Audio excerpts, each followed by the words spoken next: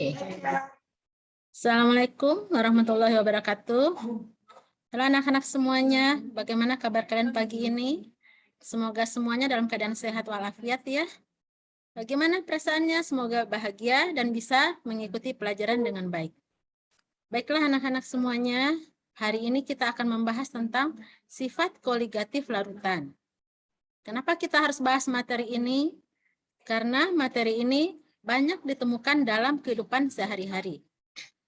Baiklah, untuk lebih memahami materi ini, ayo kita pelajari dengan antusias ya. Apa itu sifat koligatif? Siapa yang tahu? Ya, ada yang menjawab ya, bahwa sifat koligatif itu adalah sifat yang dipengaruhi oleh jumlah zat terlarut dan tidak dipengaruhi oleh jumlah jenis dari zat terlarut tersebut. Jadi dipengaruhi oleh jumlah zat terlarut, tidak oleh jenis zat terlarut. Ada berapa sih sifat koligatif? Sifat koligatif itu yang kita pelajari ada 4, yaitu penurunan tekanan uap, kenaikan titik didih, penurunan titik beku, dan tekanan osmotik. Baik, sebelum kalian mengetahui bagaimana sih penurunan tekanan uap itu, maka ada beberapa besaran yang harus dipahami terlebih dahulu. Apa aja besaran yang harus kalian pahami? Di peta konsep ini bisa dilihat ya, bahwa delta P itu dipengaruhi oleh nilai X. Apa sih X? X itu adalah fraksi mol. Sedangkan untuk delta TF dan delta TB, yaitu penurunan titik beku dan kenaikan titik didih, itu dipengaruhi oleh molar larutan. Sedangkan yang terakhir itu adalah tekanan osmotik. Tekanan osmotik dipengaruhi oleh apa? Ya, tekanan osmotik dipengaruhi oleh molaritas.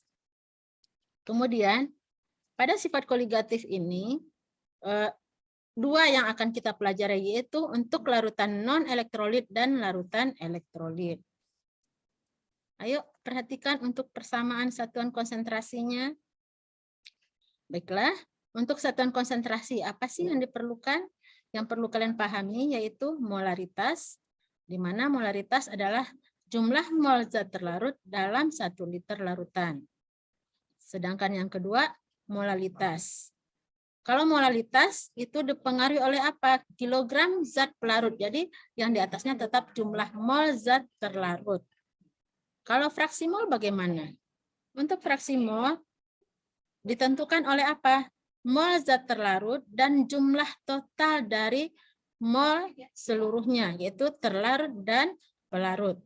Sedangkan besaran yang lain itu sudah pernah kalian pelajari di materi-materi sebelumnya.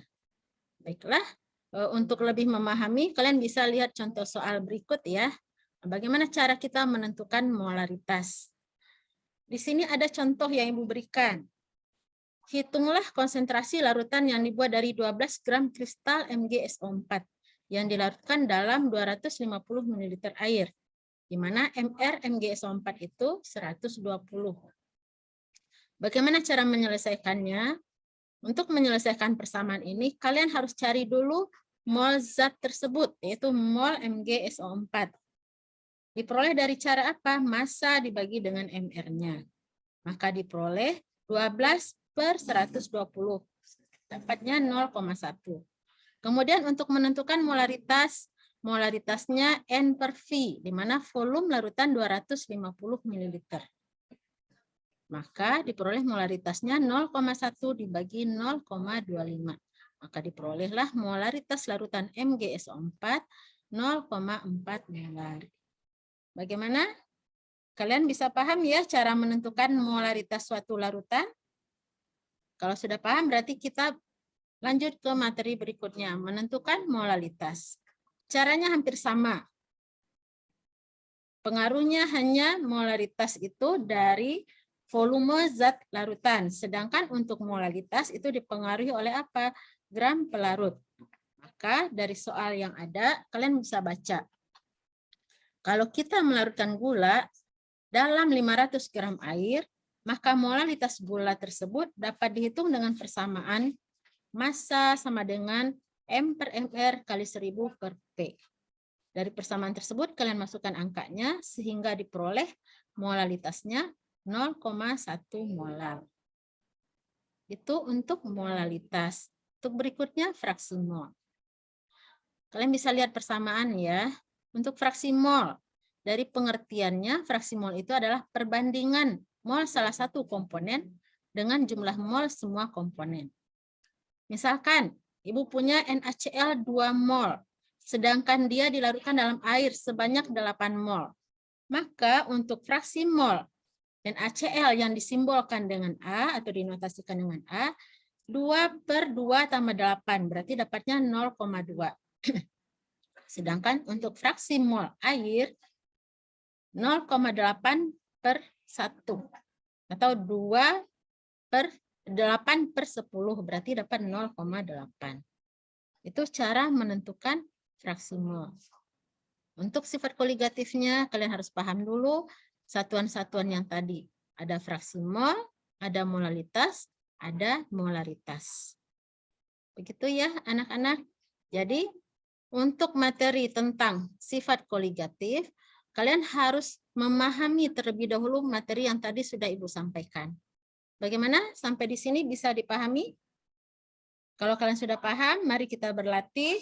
Setelah itu, untuk pertemuan minggu depan, kalian akan membahas dan mempelajari materi tentang sifat koligatif yang sudah Ibu paparkan di depan tadi.